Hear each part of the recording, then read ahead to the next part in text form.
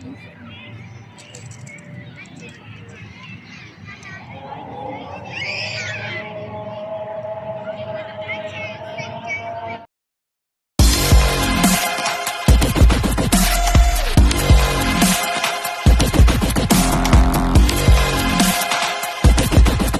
guys, isang masamang balita, 4 na araw nang nawawala yung tenant namin sa bahay. Kaibigan na rin namin siya kasi may isang buwan na rin siyang nakatira sa bahay, pero dati kilala ko na siya, lumipat sa bahay namin. Ngayon, nawawala siya, 4 na araw na, pang-5 na ngayon. Ang paalam niya lang ay makiki-birthday, kasama nga kami dapat kasi nga ini-invite niya kami. Yun nga lang, hindi naman namin kilala yung birthday celebrant, kaya mahirap na sumama. Ngayon, 4 na araw, magli-5 araw na ngayon, wala pa rin sa bahay. Kaya may mga haka-haka na kaming anong nangyari. Baka, yun nga, hindi naman natin inihingi. Baka kung ano nangyari, baka nahuli, or baka natsugi na rape, or kung ano man. Kasi may ano rin yun, medyo astig din, baka nakipag-away. Yun ang problema dun sa babae na yun. So, consider natin na kaibigan na namin. May attitude din siya, mamaya nakipag-away, rambulan, matapang-tapang din eh. Or, siyempre diba, mga naglalaro sa isip natin na bangga, tapos na hit and run, or baka nahuli ng pulis, tapos nadala sa porsyento tuloy sa presento. Kaya ngayon, hinihintay ko lang din yung friend ko kasi pupuntahan namin doon sa police station para i-report. Baka mamaya nandun sa kulungan or kung nasaan na ba siya. Sana naman, wala naman sana mangyari sa kanya na masama. Kaya ayun, hinihintay ko lang ngayon. Ayan, habang naghihintay doon sa mga kaibigan ko, kasi nga daw magkikita kami rito at pupunta kami sa may police station para i-report nga kung anong nangyari doon sa sa kaibigan namin. Para at least malaman namin kasi kung kung nandoon ba sa police station, wag naman sana, o nandoon basta sana buhay. Kasi kung sa police station okay lang, na pulis, madedeport lang naman siya kung may problema.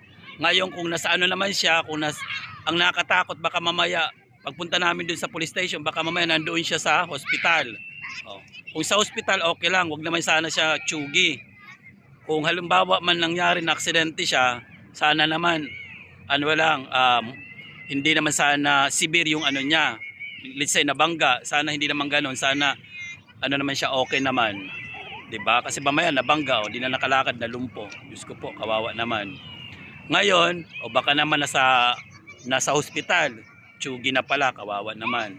So ngayon, ang inaano ko na lang na dapat, ang pinipray na lang namin na dapat buhay siya. Nasa hospital, buhay, nasa kulungan, buhay, kahit papaano, makakauwi siya ng Pilipinas. Kasi madideport na lang siya, ganun na lang. Pero yung machuchug or yung tsugi na siya, kawawa naman. Kasi imposible. Bakit hindi siya muuwi? Magpa 5 days na.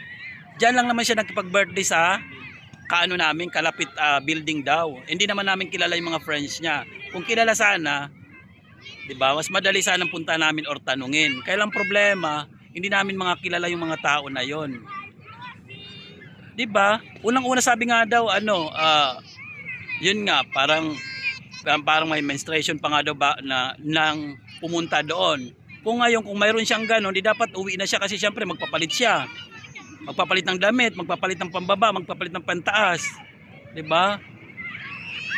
Tsaka ang hirap lang ilang araw na wala ka sa bahay. At tsaka ang pintuan niya, isang pinagtataka namin, yung pintuan niya bukas, hindi niya sinara. Meaning, babalik siya kaagad kasi hindi siya nagsara. Yung electric fan niya bukas. Mabuti na lang kinatok namin. Bukas yung niya, sinara ko yung yung electric fan niya. Kung hindi, saan mangyayari doon kung hindi namin kinatok, di mag-overheat yung niya, electric fan niya. Magkaroon pa ng sunog sa bahay dahil lang doon. Kaya nga, yun nga ang inaalam namin, sana naman.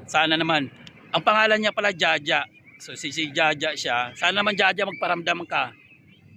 Ayan, sa mga nakakilala kay Jaja, please naman kami, paki-inform naman kami or pa-PM doon sa mga mutual friends ko diyan sa Facebook. Baka naman kilala nyo si Jaja kasi kalagi ko naman kasama siya sa aking reels, sa aking YouTube. So nakikita naman siya lagi doon. Baka naman kilala nyo, mga common friends tayo.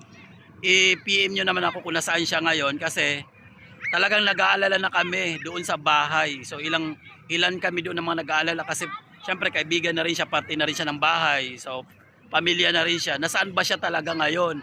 Buhay ka pa ba, Jaja? Magparamdam ka, nasaan ka? So ayun, talagang alam niyo yung gano'n na parang hindi kami makatulog kung nasaan talaga siya kasi hanggang ngayon wala pa rin siya eh.